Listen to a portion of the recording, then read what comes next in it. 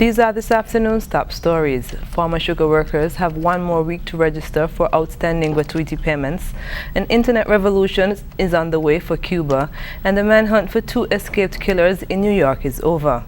Good afternoon and welcome to ZIZ Midday Newscast. Today is Monday, 29th June 2015. I'm Calla Berridge.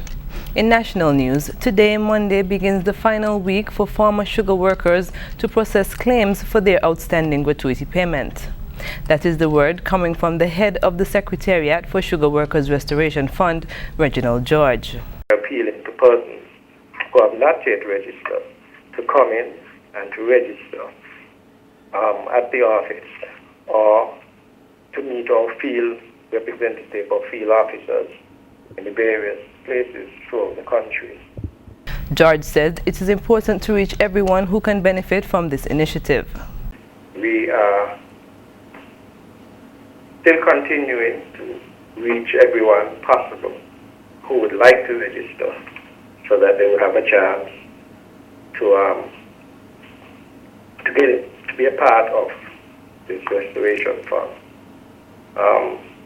After the 4th, of course, we will start the processing of these forms, and the various subcommittees will do exactly what they have to do concerning the forms. Today, Monday, 29th June, officers will be at the St. Johnson Village community until 1 p.m. and this covers Boyd's, West Farm, Camps and Buckley site. On Tuesday, the officers will then go to St. Paul's Community Center from 10 a.m. to 1 p.m. And on Wednesday, 1st July, the session will be held at the St. Peter's Community Center from 9:30 a.m. to 1 p.m. covering Upper Monkey Hill, Lower Monkey Hill and Stapleton. Potential registrants are asked to bring along a Social Security card or an SSMC medical card. The Sugar Workers Restoration Fund is advising all former sugar workers who have not yet registered that the deadline is set for Saturday, 4th July. Persons who do not register will not be eligible for consideration for payment. Their offices at South Independence Square Street are open Monday to Friday 9 a.m. to 5 p.m. and Saturday 9 a.m. to 1 p.m.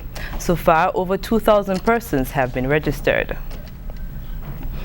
Although the curtain came down on the 19th annual St. Kitts Music Festival on Saturday night, the festivities surrounding the event continued on Sunday evening with the staging of the White Sands Luau at Carambola. Dubbed the official cool-down event of the St. Kitts Music Festival, the event boasted a lineup of local DJs and performances by national recording artist infamous reggae singer Dwayne Stevenson and soca artist Bunji Garlin. Patrons were encouraged to attend dressed in white, and to complement the theme, the show also featured a white swimsuit competition. Yusha Johnson took the top prize in that contest, followed by Shaloida Hewlett in second place and Sidama Jones in third place. General Manager and Country Head of the Scotiabank, Dev Ramsumir, is praising the People Employment Program PEP for readying citizens of the Federation for work. In a recent interview, Ramsumir said Scotiabank supports the People Employment Program because we believe it is the right thing to do. PEP gives back to the community in that you are helping citizens of the Federation. You prepare them for work and for employment and for life in general. He added that what PEP is doing is something that a good corporate entity like Scotiabank sees as part of its social responsibility, because part of the bank's program is to help and train young people as best as they can. Both he and the bank's manager for operations and administration, Ms. Charlene Acquisto, have a Canadian working background where similar programs are employed. Another gun has been taken off the street and a young man is in prison following a police stop and search operation last week.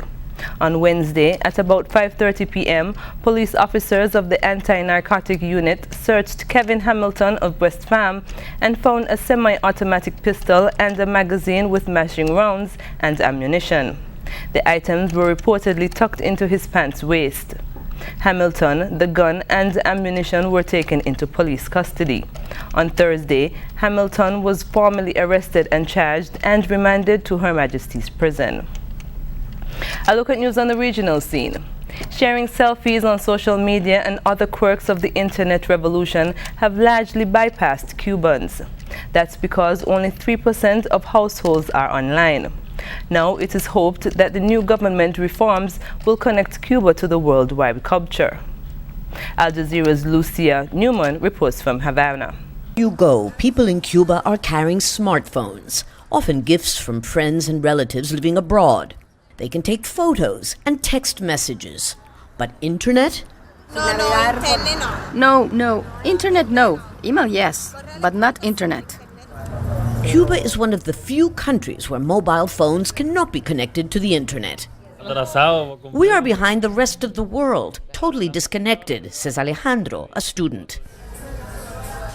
Like everyone else, he spends hours at the Gacho Cultural Center, Cuba's only venue for free Wi-Fi, an experimental project. People bring their smartphones and laptops to connect to internet, even if it takes them till dawn. The signal is weak, but their will is strong. To connect with other Cubans on Facebook, to make friends, to find out so many things we know nothing of. This is the alternative, the telephone company's navigation center, where people come to surf the web. You can stand here for hours waiting to get inside to use a computer. And you have to buy one of these little cards. It costs $2, and it allows you to surf for 1 hour. Though cheaper than before, the price is still exorbitant on the average salary of $20. Cubans aren't allowed to have internet at home. But that is said to change, promises the government.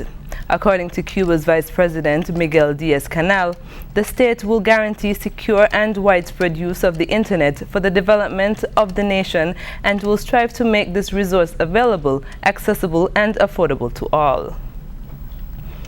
Dominica's Prime Minister Honorable Roosevelt Skerrit has disclosed that the National Employment Program will continue in the next financial year. He said that more money will be allocated in the 2015-2016 budget for the program's continuation. So we are reviewing it. I think the Minister for Employment is there, Honorable Douglas, who has done a fantastic job in advising us on a reviewed NEP. So because what's up, for example, we have monies in the Ministry of Public Works for maintenance, brush cutting and so on. We spend a lot of money every year for this. But when you look at what the NEP people are doing in the Carrier Territory or in Vickers or elsewhere where I know, I mean, they're doing a fantastic job.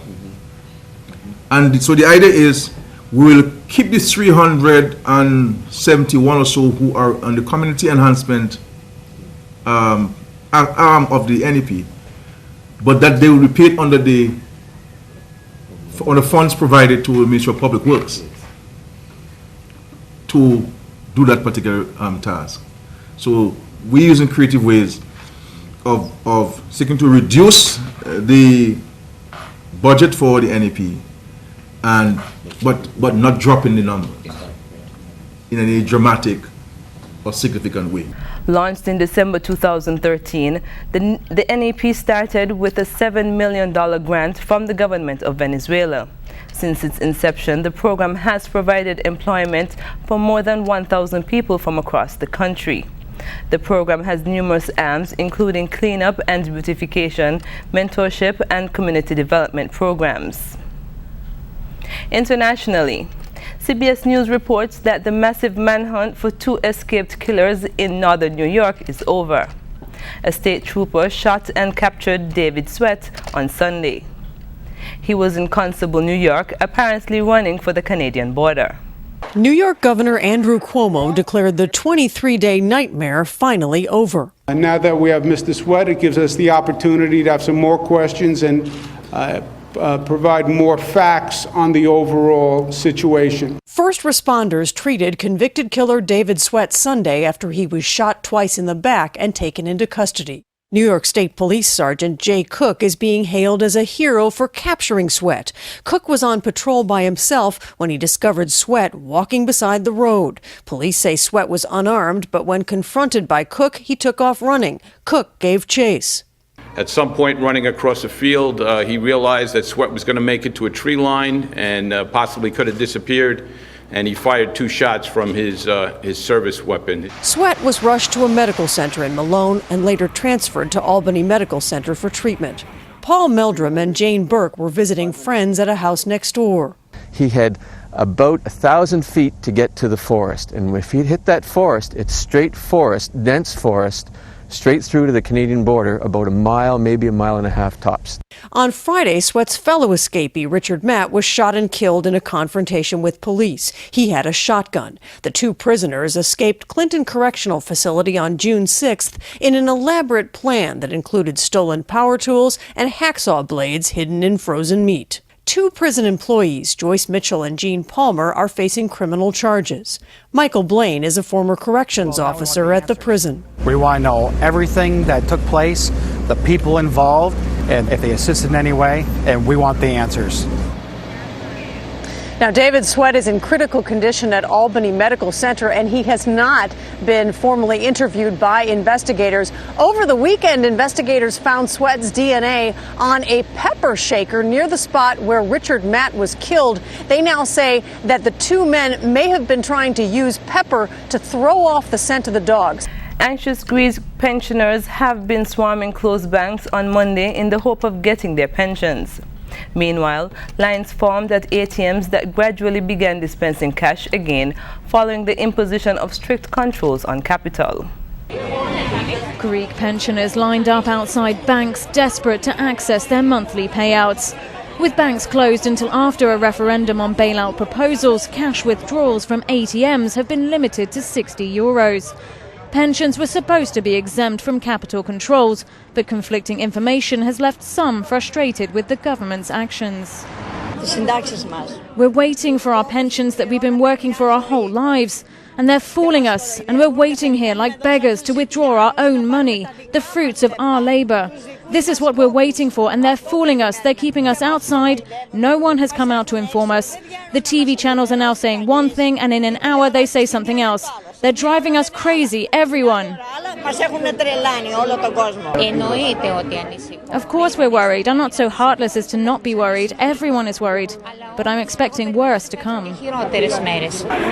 Despite the breakdown of talks over the weekend, EU officials are continuing efforts to salvage a deal with Athens. Anti-austerity demonstrators are expected to continue protests outside Parliament, with a pro-Europe demo scheduled for Tuesday, as the country hurtles towards a default and a possible Eurozone exit. Now on to the weather. Today will be partly cloudy with breezy and a slight haze and a chance of few passing showers. Tonight will be partly cloudy and a few passing showers could also develop. That brings us to the end of the ZIZ Midday newscast. Join us this evening for these stories and more in detail. Thank you for joining us. I'm Carla Berridge.